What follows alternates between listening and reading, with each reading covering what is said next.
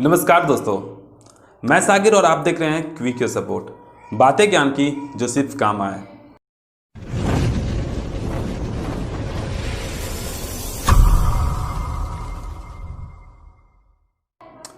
दोस्तों, किसी देश की जीडीपी यानी ग्रोथ डोमेस्टिक प्रोडक्ट उस देश की एग्रीकल्चर, मैन्युफैक्चर और सर्विस पर डिपेंड करती है। दोस्तों, पिछले क्वार्टर की जो जीडीपी रिपोर्ट आई वो इंडिया की जीडीपी रिपोर्ट -23.9% थी। देश की जीडीपी गिरने का एक बहुत ही बड़ा कारण है दोस्तों लॉकडाउन होने से लोग अपने घरों में बंद हो गए, सारी कंपनियां बंद हो गई। इसके वजह से देश में कोई भी प्रोडक्शंस नहीं हो पाया, किसी तरह का कोई सर्विस प्रोवाइड नहीं हो पाई और एग्रीकल्चर में भी लोग जो किसान हैं वो अपने घरों में बंद हो गए, यानी एग्रीकल्चर में भी किसी तरह का कोई काम नहीं हो पाया। इस वजह से देश की जीडीपी का बुरा हाल हो गया।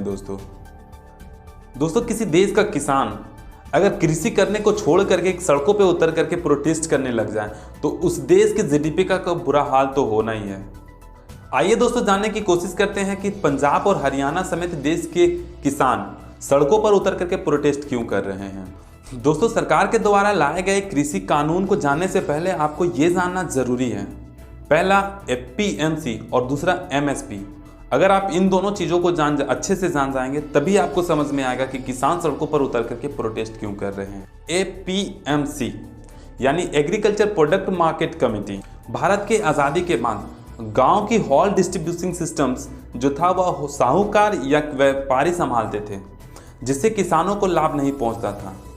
सरकार ने किसानों को लाभ पहुंचाने और इन सब चीज़ों से छुटकारा दिलाने के लिए देश के राज्यों के सरकारों ने कृषि बाजार स्थापित किया, जिसे हम लोग एपीएमसी अधिनियम 2070 के अनुसार जानते हैं। ये एक कानून है जो किसानों को उसकी फसल पर सिक्योरिटी देती है। एपीएमसी एक मार्केटिंग बोर्ड है, आमतौर पर भारत के राज्यों के सरकारों के द्वारा यह स्थापित किया जाता है। इसमें किसानों को सुरक्षा दी जाती है ताकि किसान व्यापारियों के द्वारा शोषण से बचाया जा सके और कर्ज में फंसने से बचाया जा सके। इसमें यह भी देखा जाता है कि फसल की दाम जो खेतों में है वो दाम रिटेलर प्राइस तक जाते जाते कहीं हाई ना हो जाए। आइए दोस्तों, अब बात करते हैं एमएसपी के बारे में, यानी मिनिमम सपोर्ट प्राइस, जिसे हिंदी में कहा जाता है न्यूनतम समर्थन मूल्य।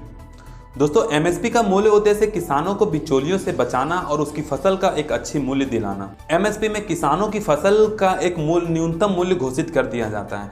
अगर किसी फसल का दाम घट जाती है तो सरकार उस न्यूनतम प्राइस पे फसल को खरीद करके लोगों में बांट देती है।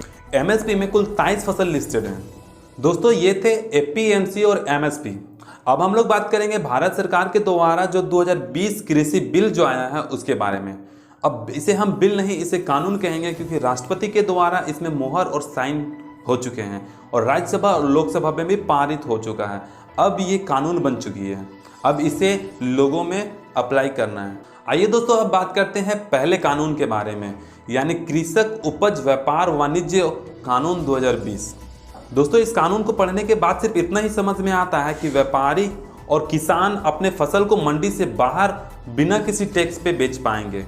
दोस्तों, इस कानून के ऊपर अगर गहराई से देखा जाए तो एपीएमसी एक्ट जो किसानों की सुरक्षा के लिए, किसानों के हितों के लिए बनाई गई थी, उसे इंटरनली अब हटा दिया जा रहा है।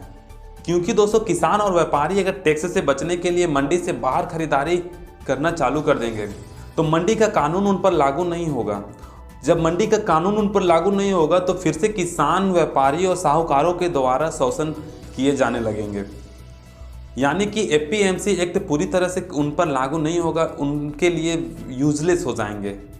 सरकार इस बात को कह रही है कि एपीएमसी एक्ट को नहीं हटाया जा रहा है, वो कायम रहेंगी। दूसरा कानून है सशक्तिकरण व संरक्षण। सरकार का कहना है इस कानून से किसानों को बड़े व्यापारी, बड़े खुदरा विक्रेता, निर्यातकों से किसानों को जुड़ने का एक मौका मिलेगा। बट ये कहाँ तक सच है दोस्तों, ये कानून लागू होने के बाद ही धरातल पर उतरेगी। इस कानून में सरकार के द्वारा यह भी कहा जा रहा है दोस्तों कि किसानों को अच्छी गुणवत्तापूर्ण वाले बीज, तकनीकी सुविधा, फसल की बीमा, ऋण की सुविधा उपलब्ध कराई जाएगी। दोस्तों, अब बात करते हैं तीसरे बिल के बारे में, आवश्यक वस्तु संशोधन 2020। सरकार के द्वारा बताया जा रहा है कि आवश्यक वस्तु जैसे प्याज, तेल, आलू, इन सारी चीज़ों को सूची से हटाया जा रहा है ताकि किसानों को इन सब चीज़ों पे एक अच्छी मूल्य मिल सके। इस कानून का विरोध होने का सिर्फ एक बड़ा कारण है दोस्तों, क्योंकि विशेषज्ञों और किसानों को ऐसा लग रहा है कि अगर इस कानून के पास हो जाने के बाद कृषि क्षेत्र भी कारपोरेट घराने के हाथों में चला जाएगा और इसका नुकसान सीधा सीधा किसानों पर होने वाली है। तो दोस्तों, अगर आपको हमारा वीडियो अच्छा लगा है तो प्लीज़ हमारे वीडियो को लाइक कीजिए, कमेंट कीजिए, दोस्तों के साथ शेयर कीजिए। हमारा काम आपको पसंद आता है तो हमारे चैनल को सब्सक्राइब करते जाइए। तब तक के लिए मिलते हैं अगले वीडियो में। Take care and bye bye.